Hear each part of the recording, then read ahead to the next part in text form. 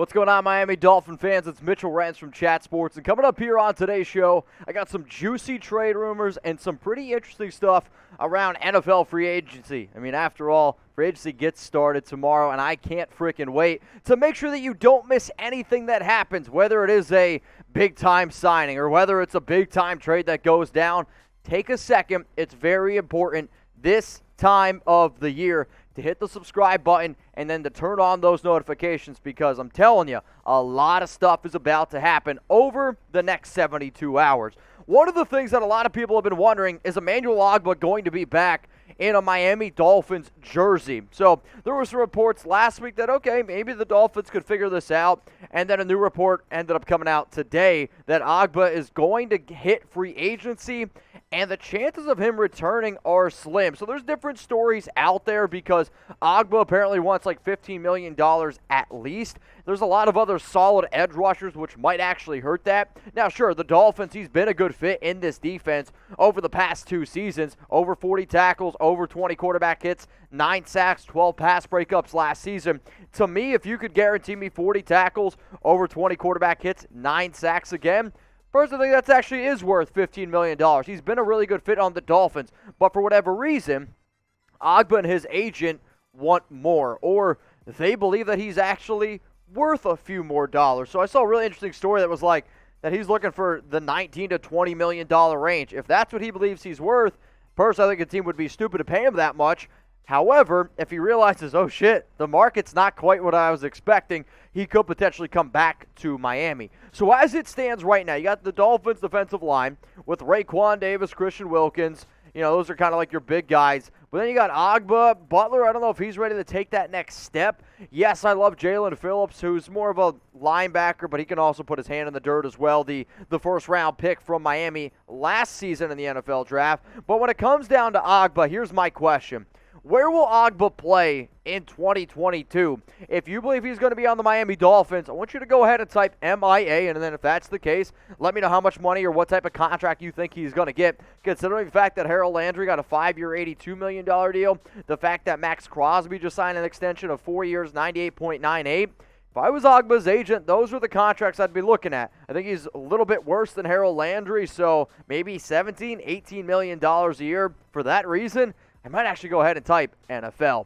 The next player coming up here is Ryan Jensen, and I think a lot of Dolphin fans would back me up when I say this in terms of this might be one of the top guys that Miami should go out and try it again. He's the top center in free agency.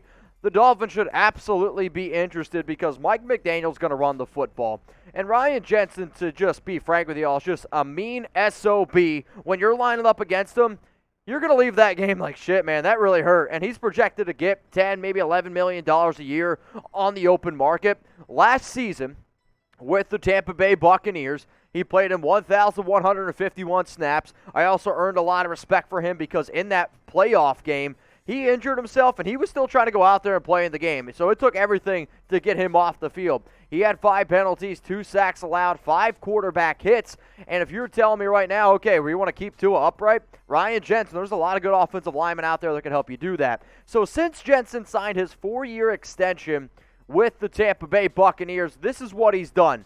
In 2021, he had a 70.3 overall grade. The run blocking, though, is what I want you to look at the past 2 seasons. A 76.7 run blocking grade, a 75.8 run blocking grade the past 2 years. If you want a mean mauler on the interior, Ryan Jensen is definitely a guy to keep in mind. So here's my question, y'all. $11 million a year. Let's just say, are we looking at the crystal ball? You don't know exactly which team goes ahead and does it, but some NFL team gives Ryan Jensen $11 million a year. Should it be the Dolphins? Type Y for yes or N for no down in those comments. March Madness.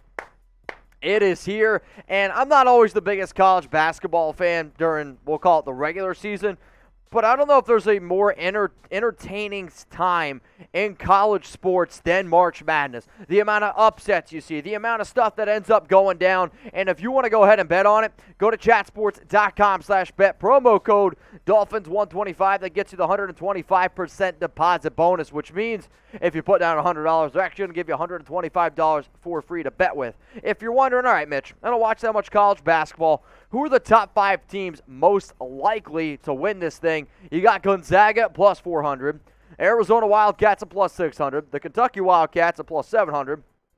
Baylor Bears at 1,000, and then the Duke Blue Devils at plus 1,100. If you want to let me know who you're going to be putting your money on, I'm definitely curious about it. I think I'm going to go and end up going with Duke, but it's chatsports.com/bet, promo code Dolphins125. So at the top of the show, I said you're going to get free agency rumors. You're also going to get some trade rumors, and tons of trade rumors have popped up over the past 24 hours around Cowboys right tackle La'el Collins. So the report is that I've seen most recently is Miami is in fact interested in Collins. The Dolphins could trade as an opposed to waiting for the Cowboys to release him. I do think that Collins ends up getting released, but you could see something very similar to what you saw out of Amari Cooper. If there's teams out there willing to give up, we'll say, money for a really good guy, why not go out and get him? And $10 million is pretty affordable for a dude who signed through 2024, because if he hits the free agent market, he's going to make a lot more than $10 million per year. Now, last season with the Cowboys, he played in 671 snaps, had 8 penalties against him, allowed 2 sacks, didn't allow any quarterback hits, which I thought was pretty impressive. Sure, 2 sacks, technically the quarterback got hit twice, but La'el Collins has been able to prove to me, when he's out there and he's motivated and you don't have to worry about some of his other BS going on, he's one of the best tackles in all of football. Last season, an 82 overall grade, an 89.8 run blocking grade. Then in 2020, didn't play because of a hip injury. In 2019, he had an 89.4 run blocking grade. The other reason why right tackle is more important, and I know I've said it 100 times on the show, that's Tua's blind side. You got to be able to protect Tua's blind side. So be the GM. $10 million in 2022, 2023, and 2024. So essentially 3 years, $30 million left on Collins' deal. If the Cowboys are like, we want a 3rd-round pick, a 2nd-round pick, would you go ahead and do it? Because if not, sounds like they're just going to let him go. So type T for trade, type P for pass. If Collins has got his head on straight, it's absolutely worth it. But a lot of Cowboys fans out there will tell you, Collins is definitely one of these guys that's going to give you a headache or two, and maybe that's something that you don't want to invest in if you're in Miami. Let's now talk about the next guy. Maybe one of the reasons why you clicked on today's show, it's Jarvis Landry. And I know I've talked about Landry a few times here on this Dolphins Today YouTube channel. And, you know, with the Browns going out and trading for Amari Cooper, now they have allowed Jarvis Landry to seek a trade. If any team's going to go ahead and trade for Landry, it's going to cost them $14.3 million, which I like Landry a lot. I don't know if I would pay him $14.3 million. However, I know y'all love Jarvis, right? His first 4 years in the NFL, you could make the argument he's a PPR monster. I remember every year in fantasy football, if I was doing a PPR draft, I'd be like, Jarvis Landry is going to be underrated, no doubt about it. As a rookie, 84 grabs, 110, 94, 112 catches. I don't think he's ever going to get back to that type of production. But what worries me is this. He's always been a dude who's been healthy. This past season, he's coming off an injury. In 2020, battled a few little minor injuries as well. Why? Father Time is undefeated. And now you're getting ready to get into your 9th season into the NFL. And if you're telling me 14.3 for 52 catches, 570 yards, 2 touchdowns, that's not worth it. But if he could be a receiver that gets around this, like these type of numbers here, still probably a little bit of an overpay. But for a guy like Jarvis, who's got a lot of connections in Miami, who would be a really good safety blanket for Tua, maybe you could, I don't know, convince me to go ahead and do it.